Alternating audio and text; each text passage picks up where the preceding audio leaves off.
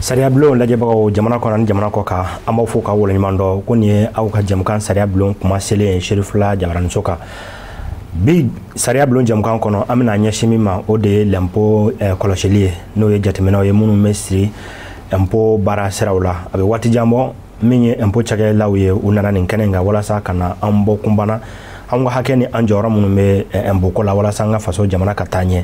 bi babu ani kɛnyɛrɛye cakɛba dɔ don walasa ka masala kɛ min ka bi o de ye impôt kɔlɔsili n'an ko ma ko le contrôle fiscal babu a bɛna sigi o de ka bi le thème du jour le contrôle fiscal ka walawala ye an ka maa welele ale ye monsieur Mohamed Kesse Traoré CEO consultant formateur en finance fiscalité audit an ale bɛ ɲɔgɔn fɛ nin kuma in na walasa anw jɔyɔrɔ ni an ka hakɛ min bɛ na hakaja ka se impôt yɛrɛ ka jɔyɔrɔ mun b'a la ani dan mun b'o la nin ko in kɔnɔna na o kosɔn walawala ne ni aw an ka se ka faamuyali caman sɔrɔ o la babu an bɛna nun don o kan ne ni aw an ka se ka faamuyali sɔrɔ a la min bɛ kɛ sababu ye an bɛ bɔ kunbana nin ko in na walasa don nataw la ni an bɛna a kɔlɔlɔ kɔnɔna na an ka se ka an ta yɔrɔ ni an tɛmɛyɔrɔw dɔn a la babu a nafa de ye o ye ne ni aw kan sɔni an bɛ don a kɔnɔna na walasa walawalali o ka kɛ min bɛ kɛ sababu ye ne ni aw an ka faamuyali caman sɔrɔ a ko in kɔnɔna na inshallah.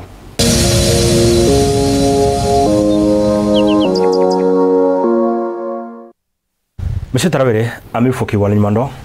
i sɔnna ka na nin kɛnɛ in kan min bɛ kɛ sababu ye walawalali min na don a la n'an ko ko contrôle fiscal minnu bɛ k'an lajɛ nin waati in na jamana kɔnɔ ani jamana kɔ kan u ka se k'a dɔn sariya ye mun fɔ nin ko in kan i y'o min kɛ an bɛ fo k'i waleɲuman dɔn. Ayiwa Serifula TV mɔgɔw de kan ka fo fɔlɔ aw de ni foli ka kan parce que ka mɔgɔw lasigi walasa u ka se ka kibaruya jɔnjɔn di mɔgɔw ma bɛɛ tɛ o hakilinata sɔrɔ donc aw yɛrɛ ni foli ka kan. A diyara n ye an bɛ fo ka foli kurakura ye yɔrɔ o la teliyara ni an ko fiscalité aw ka baara kan na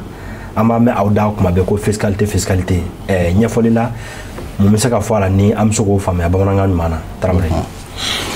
Ayiwa i da magala kuma na a daminɛ kuma na parce que i ye impôt ko kuma fɔ impôt ye nisɔngɔ ye donc fɛn fɛn ye sababu ye mun bɛ se ka nisɔngɔ calculeli ani a sara cogo ani a bɛ fɛn mun ɲɛ jamana ye a wari bɛ taga yɔrɔ jumɛn na olu bɛɛ bɛ fara ɲɔgɔn kan ka bila baramaba kelen kɔnɔ n'an b'a fɔ ma fiscalité o de ye fiscalité ye. A diyara n ye o la bi yɛrɛ sigi kun ni o ye contrôle fiscal ye jateminɛ ninnu i bɛ se ka mun fɔ an ɲɛna o kan walasa an tɛ mun dɔn a la an k'o dɔn le contrôle fiscal. Ayiwa contrôle fiscal a kuma ka bon kojugu parce que n'an ko an bɛ kuma contrôle fiscal kan minute 30 heure naani an tɛ se ka tila a kuma na mais an bɛ se ka dɔɔni dɔrɔn fɔ a kan donc Mali la an ka impôt kɛ saracogo ye système jumɛn ye gouvernement yɛrɛ kɛlen don ka kɛnyɛrɛyew k'u to u yɛrɛ ma u yɛrɛ ka taga a fɔ u yɛrɛ ka sɔrɔ ye mun ye donc impôt mun kan ka sara o kan u yɛrɛ k'a fɔ bon n ka sɔrɔ ye nin ye n kan ka nin ne calculer ka bɛn impôt ma donc n kan ka nin ne sara ni sɔngɔ na n yɛrɛ bɛ taga o sara n yɛrɛ ye mais ni o kɛra ten mɔgɔ dɔw bɛ yen mun ye hakilila ɲuman ye mun bɛ hakilila ɲuman ta dɔw fana bɛ yen mun tɛ hakilila ɲuman ta donc o kama sariya mɔgɔw b'o a fɔ ka il faut que ka to ka sɛgɛsɛgɛli kɛ ka lajɛ ni impôt sarala a ɲɛ ma ou bien n'a ma sara a ɲɛ ma parce que u bɛ fɛ ka bɛɛ bila niveau kelen na il faut pas que dɔ ka impôt sara mɔgɔ wɛrɛ fana ka sɔrɔ mun tɛ a sara donc il faut que bɛɛ ka impôt sara ɲɔgɔn fɛ donc o de ye contrôle ye. Contrôle nasugu ka ca donc contrôle nasugu ka ca donc a fɔ dɔw ma ko contrôle formel o ye jumɛn ye n'i taara i ka papier déposer parce que i bɛ déclaration de kɛ walasa k'a fɔ ko n ka tɔnɔ ye nin ye donc kan ka ni impôt de sara donc depuis i bɛ ka o déposer waati mun na mɔgɔ mun kan ka o papier minɛ o b'a lajɛ k'a lajɛ est ce que jatew kɛra ka ɲɛ est ce que e yɛrɛ ye kuma mun fɔ est ce que o impôt bɛ bɛn o de ma donc o ye contrôle formel ye fɔlɔ maintenant contrôle filanan ye mun ye o ye contrôle sur pièce ye an b'a fɔ contrôle sur pièce nka i bɛ taa sɔrɔ e bɛ papier mun déposer i bɛ taa sɔrɔ impôt mɔgɔw kibaruya caman wɛrɛ bɛ u bolo e yɛrɛ kan donc u bɛ se ka o kibaruya ninnu ta k'a lajɛ k'u confronter ɲɔgɔn na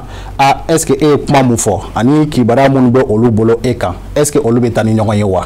donc n'u tɛ taa ni ɲɔgɔn ye u b'a fɔ i filila nin yɔrɔ in na donc a lajɛ i ka a dafa sara mais ni o kɛra sanction kɔni bɛ o la donc u b'a fɔ i ka amende ni pénalité dɔ sara ka fara o kan contrôle laban ye jumɛn ye u b'a fɔ ma vérification de comptabilité donc ni a différence bonyana kojugu o yɛrɛ bɛ se k'a fɔ bon an bɛ mɔgɔ dɔ bila u bɛ impôt baarakɛla dɔ bila ka na fɔ i fɛ ka na fɔ i ka jate ninnu bɛɛ lajɛ i ye sanni fɛn fɛn kɛ o i ye feere fɛn fɛn kɛ i bɛ mɔgɔ minnu sara baara la a bɛ baaraw kɛ cogo di u b'o bɛɛ ɲɛɲini ka faamuya ka lajɛ est ce que e yɛrɛ ye tɔnɔ mun fɔ o tɔnɔ de don wa donc ni o tɔnɔ tɛ donc olu yɛrɛ ye calcul mun kɛ olu yɛrɛ ka jate la a bɛ bɛn mun ma donc u b'a fɔ ko i ka o différence sara ka amende ni pénalité sara ka fara kan donc o contrôle saba de bɛ Mali la. On veut parler des enjeux ici. Contrôle fiscal ni i da sera min ma ni o ye impôt jateminɛ cogo ninnu ye contrôle de don min ye kɛnyɛrɛye ye cakɛdaw ye entreprise ani hakaja ka se impôt yɛrɛ baarakɛdaw ma n'o ye administration fiscale ye a bɛ nafa ni kɔlɔlɔ jumɛn lase olu ma. O kuma o ɲininkali diyara n ye kojugu parce que contrôle fiscal n'i y'a jate minɛ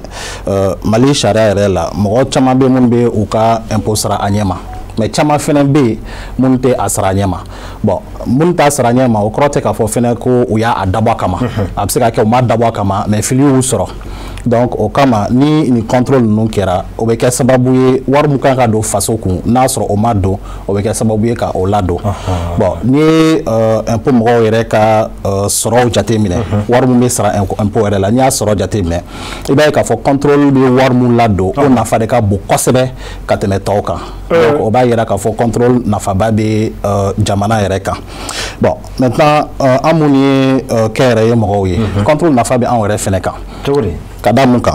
parce que i bɛ taa sɔrɔ fɛn dɔw bɛ an t'a dɔn ou bien a bɛ se ka kɛ fɛnɛ an ye sariya lajɛ an bolo sariya kan ka kɛ tan de mais an filila sariya kɔrɔ dɔnni na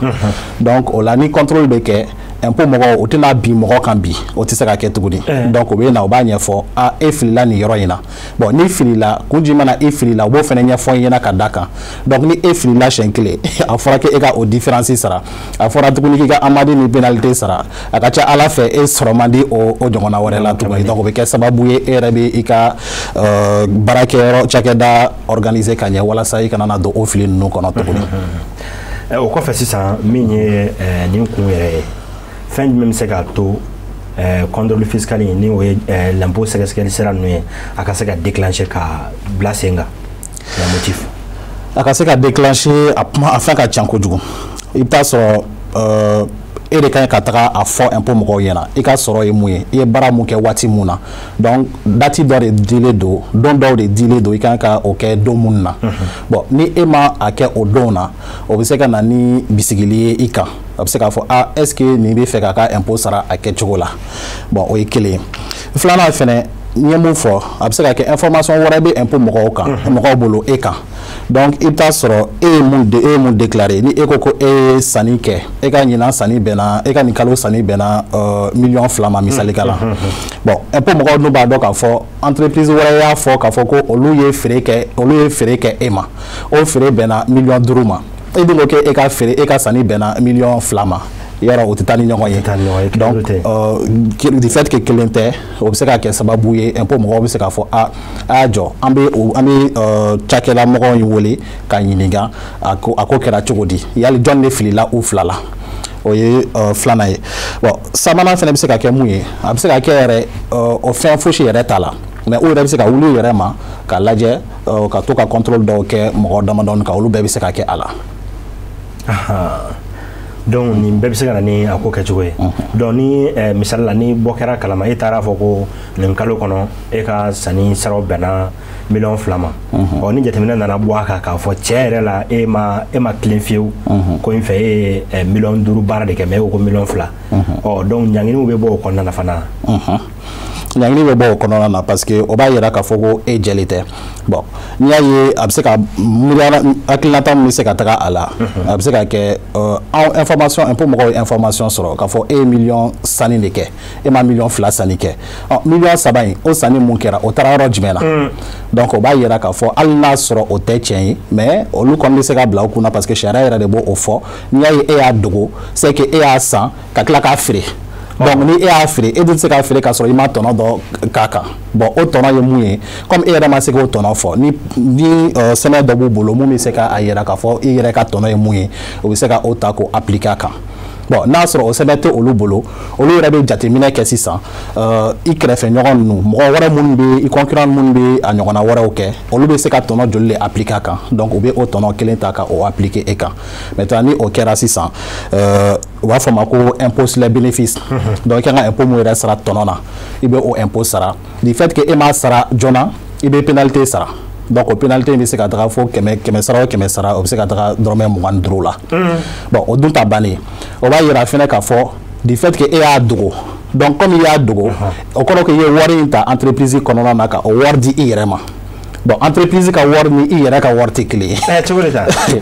entreprise ka wari ni ka wari tɛ kelen ye mɔgɔ caman tɛ o faamuya maliyɛn caman t'o faamuya ni an bolo i ye baarada dayɛlɛ a wari ye de ta i bɛ se ka kɛ cogo min na cogo min voilà o fili bɛ mɔgɔ caman sɔrɔ donc n'i ye entreprise dayɛlɛ i bɛ taa sɔrɔ e bɛ na ni wari dɔ de ye k'i ka baarakɛyɔrɔ dayɛlɛ k'a fɔ n seko ye nin de ye n bɛ nin de di n ka baarakɛyɔrɔ ma walasa n ka baarakɛyɔrɔ ka se ka baara kɛ ni a ye bon baarakɛyɔrɔ bɛ tɔnɔ mun sɔrɔ a ka baara la o bɛ impôt sara o bɛ impôt mun sara o de ye impôt sur les bénéfices ye bon maintenant e mun nana ni wari ye baarakɛyɔrɔ de bɛ e fɛnɛ sara sisan donc ni baarakɛyɔrɔ ye e sara o tɛ baarakɛyɔrɔ ka wari ye tuguni o ye e yɛrɛ de ka wari ye bon e kan ka impôt dɔ sara a bɛ fɔ o ma ko IRVM donc du fait que ni tɔnɔ in dogo a bɛ yira k'a fɔ o tɔnɔ in e y'a ta i yɛrɛ de ye ka bɔ entreprise ka kɛsi kɔnɔna na comme i y'a ta i yɛrɛ ye bon impôt mun kun kan ka sara o fɛnɛ kun kɔrɔ i b'o impôt fɛnɛ sara du fait que i y'o fɛnɛ dogo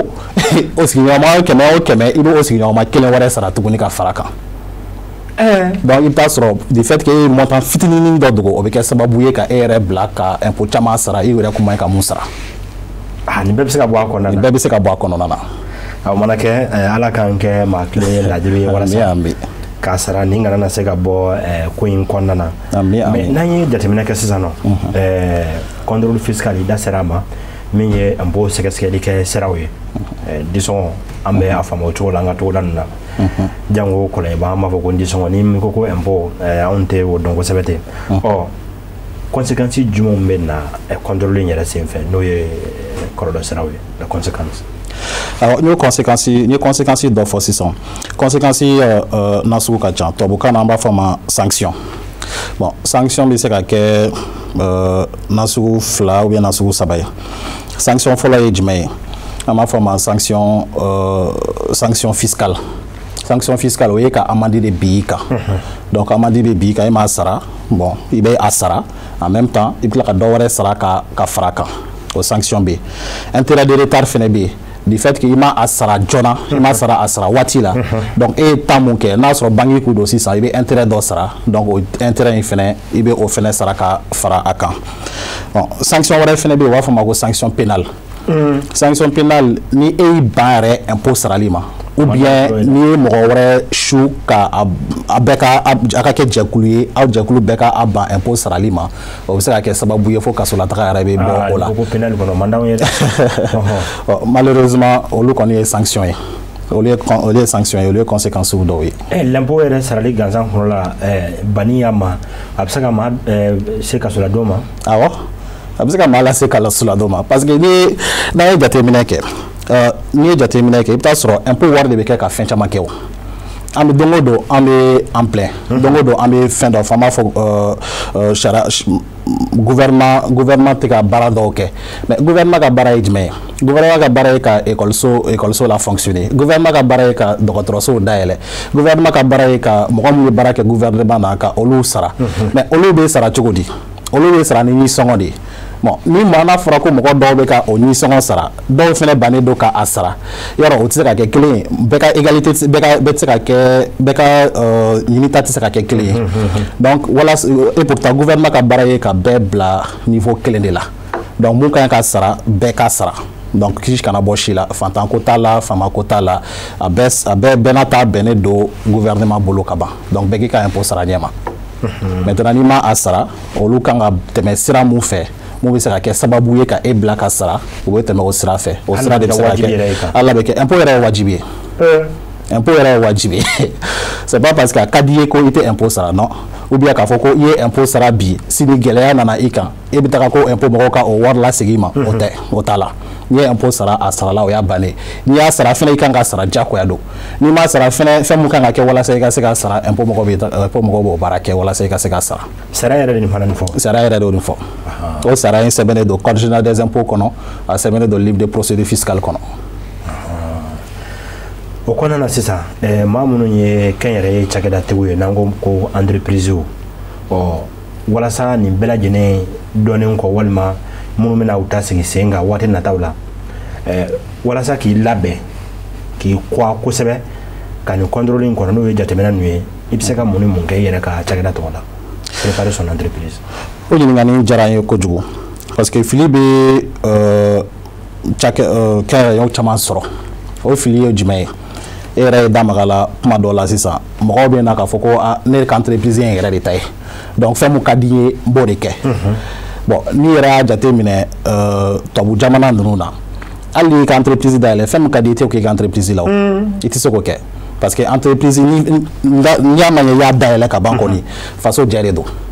faso jɛ don ka da kun jumɛn kan parce que i bɛ taa sɔrɔ e bɛ mɔgɔ fɛn fɛn bila ta baara la o bɛ kɛ sababu ye ka dɔ bɔ chômage la o bɛ kɛ sababu ye ka dɔ bɔ bandiyaw la o bɛ kɛ sababu ye ka dɔ bɔ suɲɛniw na ka dɔ bɔ zonw na bon gouvernement yɛrɛ ka baara ye o ye donc o kama gouvernement tɛ se ka sɔn k'a fɔ ko o entreprise ka datugu ten bon mun bɛ se ka kɛ mun de bɛna kɛ walasa entreprise bɛ se ka datugu walasa entreprise bɛ dɛsɛ k'u ka impôt sara i bɛ taa sɔrɔ o ma système de gestion dɔw de bila sen kan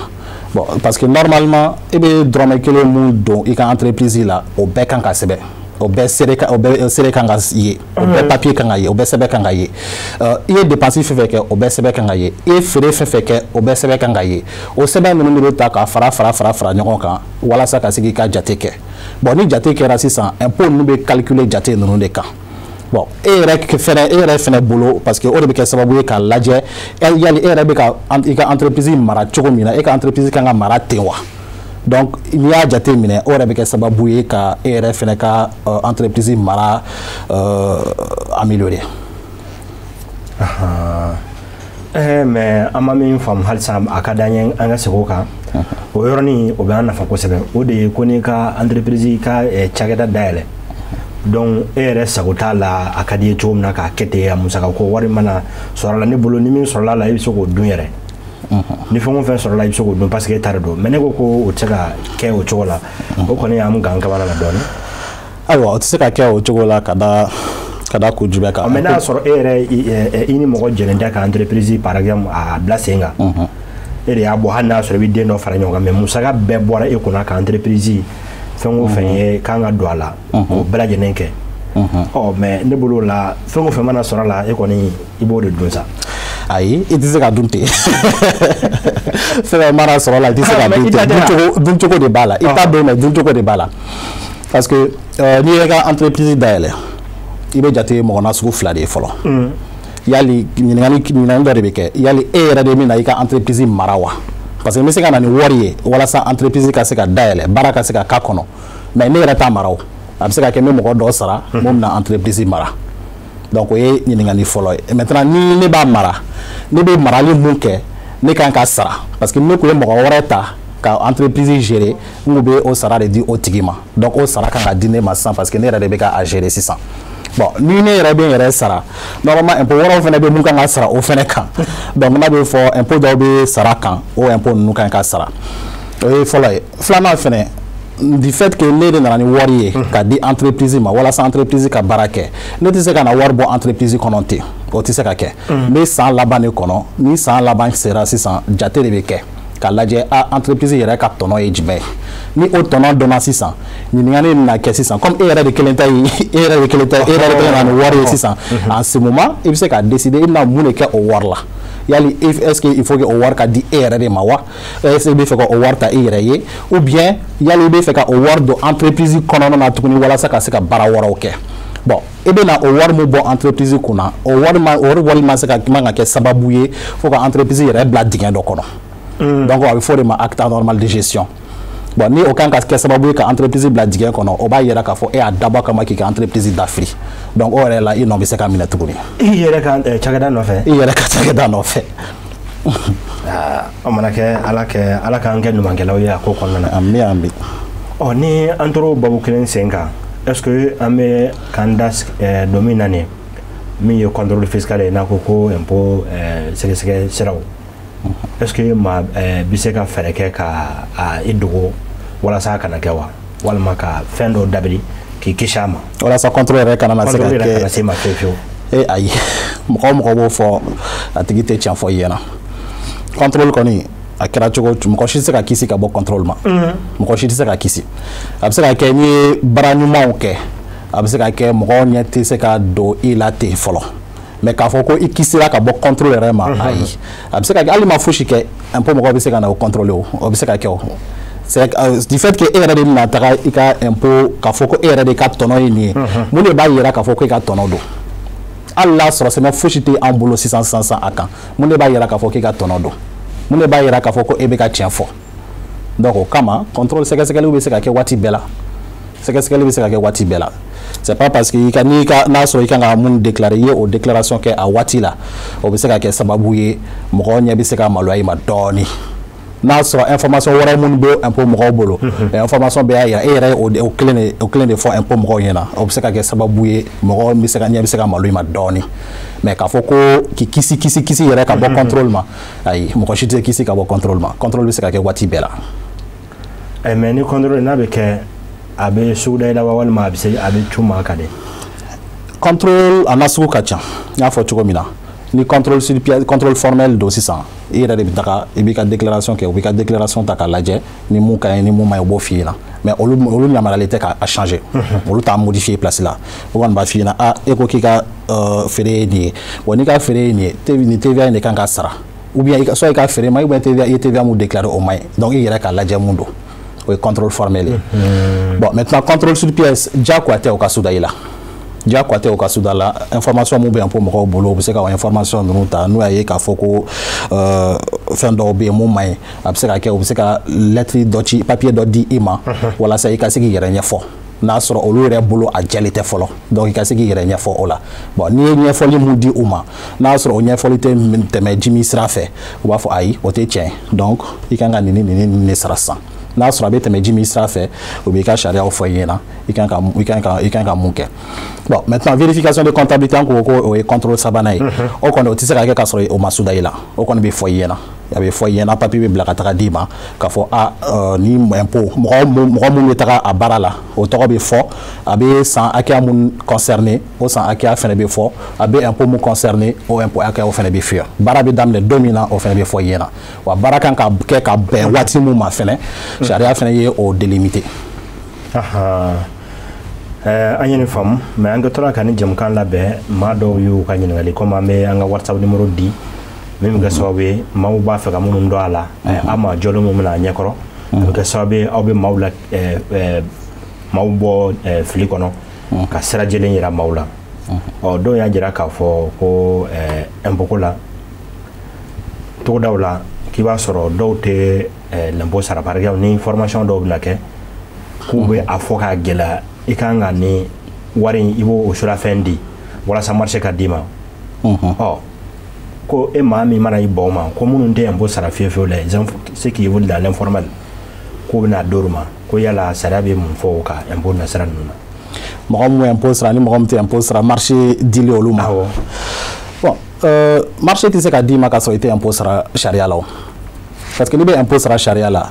papier dɔ yɛrɛ bɛ d'i ma a bɛ fɔ o ma ko quitus fiscal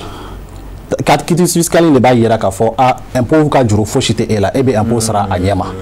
donc ni gouvernement ka marché kɔni bɛ di o bɛ papier ditaw fɛ o dɔrɔn yɛrɛ tɛ u b'a fɔ ko comptabilité n ye mun fɔ sisan i ka jate i ye jate mun kɛ waati dɔw la dɔw u bɛ se ka san 3 yɛrɛ jate demander i fɛ i ka na ni o sɛbɛn ye sɛbɛn mun y'a yira i ye jate fɛn fɛn kɛ san 3 laban na i ka na ni o papier ka yira bon a dɔw la u bɛ se ka yɛlɛ fo san 5 la ni marché montant ka bon ka se niveau dɔ la u bɛ se ka yɛlɛ fo san 5 la n'a sɔrɔ e ye mun sɛbɛn jate kɔnɔna na a yirala k'a fɔ ko e ma impôt yɛrɛ sara marché bɛ se ka ta ka d'e ma cogo di o tɛ se ka kɛ o Donc au différence des B et moko ba fo ma ko société informelle informelle ou bien impôt sara informel ou bien impôt sara avec impôt d'obi avec fo ma ko impôt synthétique olu ka impôt be se ka sara shankele san konona na o impôt synthétique o ye nous ye fere mun ke kɛmɛ sara olu ye drôme saba de sara o ka fere la o ye olu ka san impôt bɛɛ faralen ɲɔgɔn kan ka bɔ a la bon maintenant informel la dɔw be a sara dɔw tɛ a sara bon mun t'a sara hali mun be formel la olu dɔw t'a sara o donc est ce que o kɔrɔ ko mɔgɔw ka kan ka se ka o bɛɛ gosi bere kelen na donc informel kɔni informel caman be impôt sara comme caman fɛnɛ t'a sara cogo min na a diyara n ye an ka babu sera kuncɛyɔrɔ la bi ka kɛɲɛ ni an ka nin hakilina ye min ye i yɛrɛ ka cakɛda ye bi kɛn yɛrɛ ye cakɛda kɔnɔna na i ka jateminɛ ni ka kɔlɔsiliw kɔnɔna na Mali kɔnɔ bi gɛlɛyaba jumɛn bɛ yen nɔ lɛnpo ko nasiraw fɛ n'i bɛ se ka ladilikan di lɛnpo saralaw ma n'a ko ko les contribuables hakaja ka se jamana marabagaw yɛrɛ ma. Ayiwa ɲininkali in diyara n ye kojugu walasa ka ɲininkali in jaabi jamana bɛ lahalaya mun na an bɛɛ b'a kalama gouvernement mago bɛ an bɛɛ lajɛlen ka dɛmɛ na donc il faut que an bɛɛ de ka an cɛsiri walasa ka se ka gouvernement in dɛmɛ nin baara in na o cɛsiri bɛɛ bɛ se ka kɛ ni a damata sago ye ka da kun jumɛn ka mɔgɔw fanga tɛ kelen ye donc maintenant dɔw bɛ olu bɛ se ka wari di dɔw bɛ olu bɛ se ka fɛn wɛrɛw kɛ mais mun ɲininen don an bɛɛ fɛ o ye an bɛɛ ka kan ka impôt sara a kɛcogo la n'i ye jateminɛ yɛrɛ kɛ salo impôt mun k'u kan ka objectif mun k'u dira impôt cakɛlaw ma o ye u ka miliyari 960 ni kɔ u ka o de mobiliser ka o don faso kun ala barika la o sera ka kɛ miliyari 900 o sera ka kɛ dɔɔni ka jɛ miliyari 1000 na o sera ka kɛ ala barika la bon ɲinata la a ka ca kojugu ɲinata la mun ɲininen don u fɛ o ye ka miliyari 1000 a ka ca ni miliyari 1000 ni miliyari 70 ye o bɛna se ka kɛ cogo di donc fo bɛɛ de ka i ka impôt sara a kɛcogo la o ye kelen et puis n'an ma se k'o kɛ o kɔrɔ ko an ma se k'an ka faso yɛrɛ dɛmɛ n'an ma se k'o kɛ dɔgɔtɔrɔsow bɛna se ka baara kɛ cogo di n'an ma se k'o kɛ ekɔlisow bɛ se ka baara cogo di n'an ma se k'o kɛ siraw baw bɛ se ka dilan cogo di donc fɛn caman bɛ yen mɔgɔw ta ma faamuya mais nin fɛnw ye an yɛrɛ ma hɛrɛ de ye parce que n'a sɔrɔ ne mun ye n bɛ misali ta sisan n'a sɔrɔ ne ye transporteur ye ne bɛ transport baara de kɛ i bɛ taa sɔrɔ ne bɛ camion boli camion boli sira kan ni siraw tiɲɛnen don n ko ne bɛna pneu de san ne bɛna pièce de rechange ninnu san o bɛna kɛ sababu ye ka caman bɔ ne ka tɔnɔ na mais a bɛ se ka kɛ n'a sɔrɔ ne kun ye n ka impôt sara a ɲɛ ma o impôt bɛ se ka kɛ sababu ye ka sira dilan ni sira kun dilanna o tiɲɛni kun tɛna se ka se ne ma donc n'o tiɲɛni kun ma se ne ma ne bɛ se ka n ka sɔrɔ kɛ donc impôt sarali nafa bɛ an bɛɛ kan walasa o fɛn yɛrɛ ka se ka kɛ mɔgɔw ka se k'o faamuya yɛrɛ ka ɲɛ salon yɛrɛ ala barika la an yɛrɛ ka cabinet ne ka cakɛda ye formation belebeleba dɔ organiser ka ɲɛmɔgɔbaw bɛɛ wele ka na ka entreprise belebelebaw bɛɛ wele ka na k'u bɛɛ lasigi ka impôt mɔgɔw yɛrɛ fɛnɛ ɲɛmɔgɔbaw yɛrɛ fɛnɛ wele ka na k'u lasigi ani an minnu bɛ mɔgɔw dɛmɛ impôt sara la ka u bɛɛ an bɛɛ nana sigi ka formation kɛ k'a ɲɛfɔ nin de kan ka kɛ tan nin de kan ka kɛ tan nin de kan ka kɛ tan a kɛra sababu ye mɔgɔ caman ye faamuyali caman sɔrɔ fɛn wɛrɛw la bon ɲinan yɛrɛ fɛnɛ ala barika la an bɛ ka o fɛnɛ organiser an bɛna kɛ mois de mai naka in na ka taa tile 18 na ka taa bila tile 20 na hôtel Radisson na bon o bɛna kɛ sababu ye mɔgɔ caman bɛna faamuyali wɛrɛ sɔrɔ a la mun ni nin si fɛnɛ tɛ kelen ye tuguni yala an minnu ma kuma mɛn nin cogo la an bɛ se ka assister walasa ka faamuyali sɔrɔ la o tɛ baasi ye a diyara n ye an bɛ fɔ k'i waleɲuman dɔn waati kɔni banna an bolo n'o tɛ ɲininkali caman wɛrɛw bɛ yen nɔ Serifula Jabarani filɛbagaw an ka foli bɛ aw ye k'a fɔ an ka maa welelen bi ale kun ye monsieur Mohamed Kese Traoré CEO Consulting consultant formateur en finance fiscalité audit an n'ale kun bɛ ɲɔgɔn fɛ nin kuma in na walasa a k'an bilasira kɛnyɛrɛ ye cakɛda dɔ ni an bɔra k'o fɔ sa i n'a fɔ aw b'a sɛbɛnni na cogo min na CEO Consulting o ye a ka cakɛda ye a y'i ka baara bila walasa ka na ni aw an na faamuya nin ko in kan ne bolo a fɔra bamanankan na an ye caman faamu a kɔnɔna na faso ko an ka an pan ni an kaman yɛrɛ ye o la an kana an jigi da wale dɛmɛ kan kosɛbɛ sira min b'o la impôt siraw don o la k'an k'an jɔ an jɔyɔrɔ la bɛɛ lajɛlen k'i jɔyɔrɔ kɛ a la hakɛ min b'i kana i ka se k'o ɲɛfɔ ka tila k'o sara n'o kɛla ko faso bɛ sɔn ka taa ɲɛ babu a kun sigira nin kan WhatsApp numéro bɛ aw ka bila la don nataw la ne ni aw an ka sigi ni hakilina ninnu kan min bɛ kɛ sababu ye jɔyɔrɔ min bɛ aw na an ka kɛw an ka se k'o dɔn sariya bulon kɔnɔna na ne b'a fɔ la a k'a mɛn waati dɔ. Salamu alaikum warahmatulahi taala wabarakatuh.